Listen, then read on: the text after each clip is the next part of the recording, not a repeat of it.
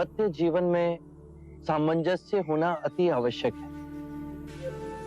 यदि पति और पत्नी के बीच में मधुर संबंध होंगे तो परिवार का सौभाग्य बढ़ेगा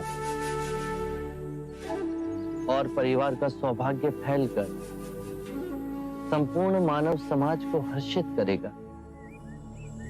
पति और पत्नी को सांसारिक रूप से ही नहीं अपितु धन कमाने की भावना और शरीर के बंधनों से ऊपर उठना होगा। पत्नी पति के ही शरीर का एक अंग है। पति को सर्वदा अपनी पत्नी का आदर करना होगा, उसे मान देना होगा। पति को भूले से भी किसी के भी सामने अपनी पत्नी का अपमान नहीं करना चाहिए। पतिव्रत का पालन पत्नी करती ही है। पति को भी पति धर्म का पालन करना चाहिए। उसे व्यभिचार से दूर रहना चाहिए। पत्नी की हर इच्छा को अपने हर निर्णय में सम्मिलित करना चाहिए। पत्नी का धर्म है पति से सर्वदा प्रेम करना। पति के परिवार को स्वयं का परिवार बनाना।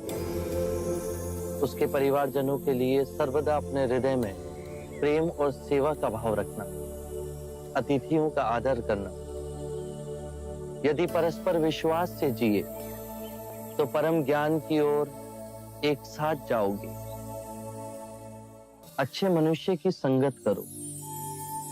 बुरे केवल वो हैं जो ध्यान पूर्वक नहीं जी रहे। वो तुम्हारा भी ध्यान छीन लेंगे।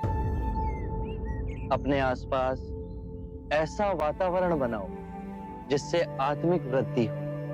जब अंतर्मन शुद्ध होगा तो आपके सभी कृत्य धार्मिक हो जाएंगे।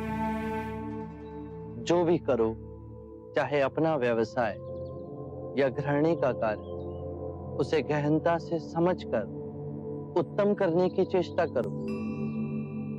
खाना भी पकाओ तो कार्य की तरह नहीं, अभूतपूर्ण अवसर की तरह। अपने और अपने पति के माता पिता, अपने बच्चों और आपके जीवन से जो भी जुड़े हैं उनकी देखभाल करो। केवल अपने लिए स्वार्थी हो जीवन ना जियो। अपना धन, वैभव, सुख, संपदा सब में बांटो। जुआ और नशे से दूर रहो। अपने अंदर नम्रता, कृतज्ञता और साधारण जीवन के पौधे को सींचो और उपजाओ। स्मरण रहे, हर सवेरे जब आंख खुलती है तो हमारा नया जन्म होता है और इस दिन क्या करना है वो अत्यंत महत्वपूर्ण है। मनुष्य कृतज्ञ भाव से जीना भूल गया है। सांसारिक को यह स्मरण रहे कि उसे क्या क्या संपदा मिली है। वृक्ष मिले, पुष्प मिले, वायु मिली, जल मिला, आकाश मिला। ये संपदा हमने तो नहीं कमाई। इन सभी के लिए अपने अंतर में धन्यवाद का भाव हो। कृतज्ञ भाव से हर दिवस को जीते हुए सोचो। यदि बहुत कुछ नहीं सीखा तो कुछ तो सीखा। यदि कुछ ना सीखा तो हम अस्वस्थ तो नहीं हुए, और यदि अस्वस्थ हुए तो हमारी मृत्यु तो नहीं हुई।